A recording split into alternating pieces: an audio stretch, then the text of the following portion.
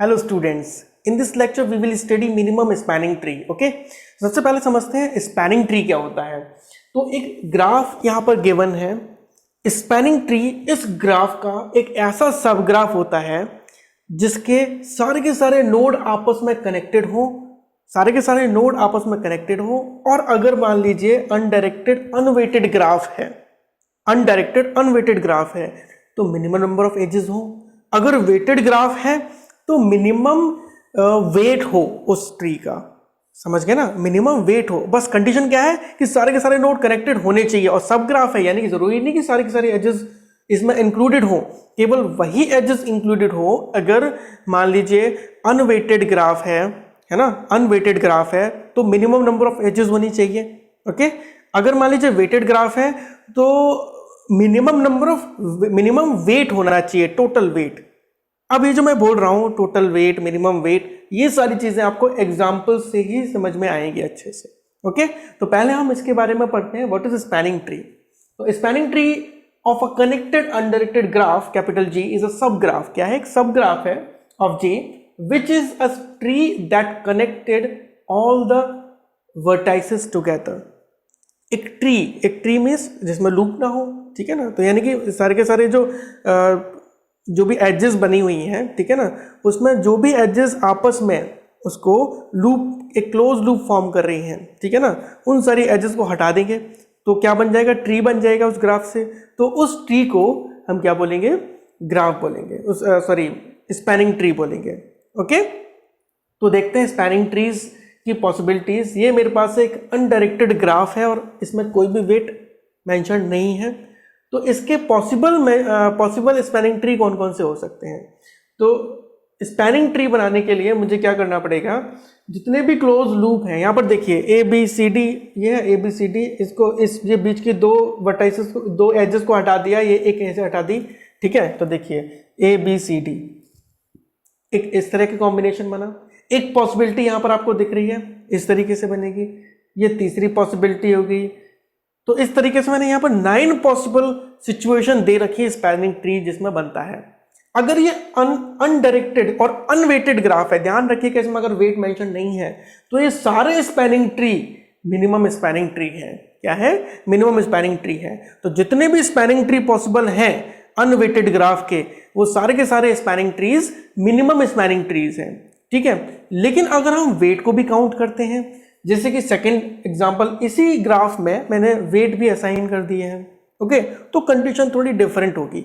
Okay, तो मैंने यहाँ पर ये पॉसिबिलिटीज ली हैं। इन पॉसिबिलिटीज में मैं इनके वेट काउंट करूंगा। अब देखिए वेट कैसे काउंट किए जाते हैं। पहले तो मैं इस जो फर्स्ट वाला एग्जाम्पल है उसमें चेक करता हूं। देखिए ए टू बी जो लिंक है यहाँ पर, उसका वेट है 3, A to C 4, B to D 6। Okay, यहां पर नोट कर लिया। अब इस पूरे स्पैनिंग ट्री का वेट कितना हुआ? 6 + 4 10 + 3 13। इसका जो वेट हुआ टोटल वेट हुआ 13। ओके, दूसरे स्पैनिंग ट्री की बात करते हैं। दूसरे स्पैनिंग ट्री में ए टू बी 3, ओके, 6 और 2। इसका टोटल वेट कितना हुआ? 6 + 3 9 + 2 11। इसका वेट हुआ 11। ओके, नेक्स्ट एग्जांपल लेते हैं। A to C 4, this is 6 and this is 2। इसका वेट कितना हुआ? 12 हुआ। ऐसे ही नेक्स्ट वाला A to B 3, then 7, then C to D 2। Okay, इसका टोटल वेट कितना हो गया? इसका टोटल वेट हो गया आपका 7 + 3 2 12। तो 12 इसका वेट हो गया टोटल। ओके,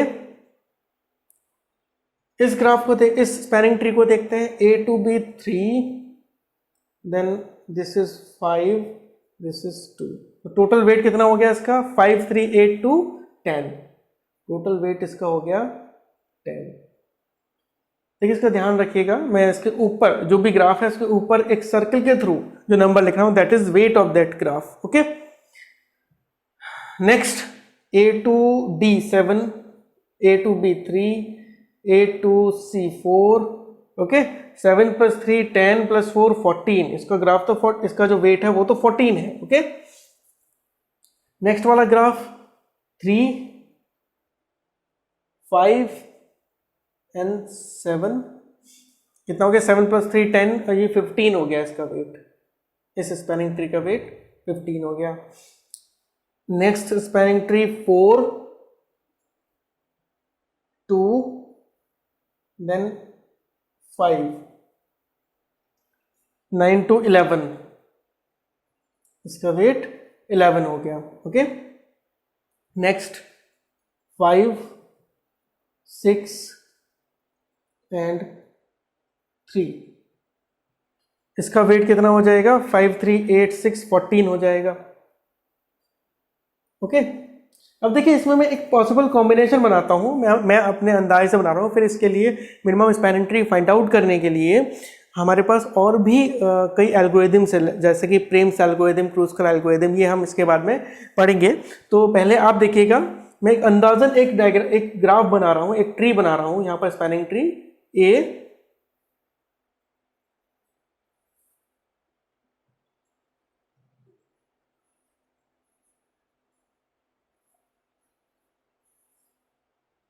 ठीक है।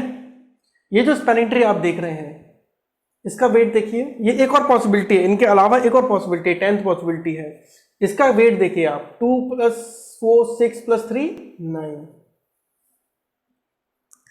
आप यहां चेक कर सकते हैं कि इन सारी पॉसिबिलिटीज में जो मिनिमम वेट है वो इस पॉसिबिलिटी का है, इस स्पैनिंग ट्री का है।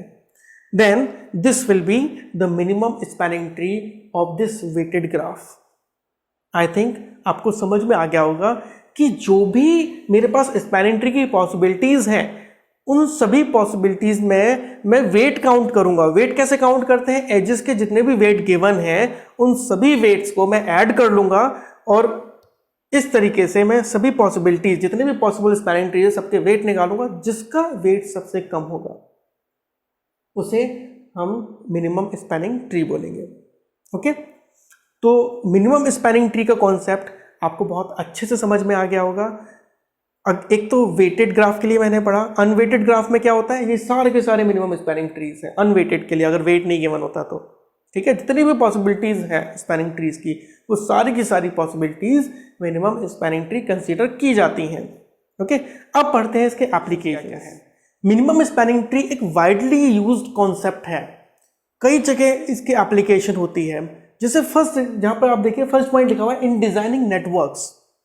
टेलीकॉम नेटवर्क्स, हम जब डिफरेंट साइट्स को हमें कनेक्ट करना होता है, ओके, तो एक ही साइट से दूसरी साइट तक जाने के कई सारे वेज पाथ हो सकते हैं, ठीक है ना। जो भी हम केबल्स उसमें इंस्टॉल करते हैं तो उनके कई सारे पाथ हो सकते हैं, और हर एक पाथ में डिफरेंट डिफिकल्टीज होती हैं। तो उन डिफिकल्टीज को हम in terms of weight represent करते हैं, ठीक है।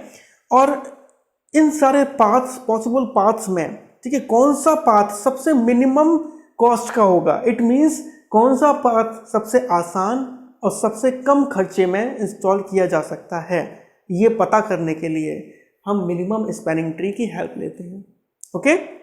सेकेंड देखिए, to find airlines routes, same कहानी, कई सारे एयरलाइन रूट्स पॉसिबल हैं, लेकिन किस रूट पर क्या क्या प्रॉब्लम्स आती हैं, और उस प्रॉब्लम के अकॉर्डिंग वेट को सेट करके हम जितने नंबर ऑफ पॉसिबल वेज होते हैं, उन पॉसिबल वेज में से जो मिनिमम कॉस्ट का वे होता है वो हम फाइंड आउट करते हैं, okay.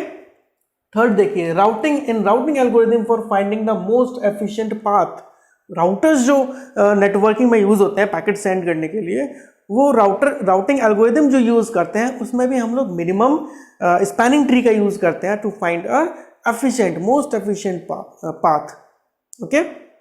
So these are some example of application of spanning tree. इस लेक्चर में हम इतना ही पढ़ते हैं, okay, thank you very much.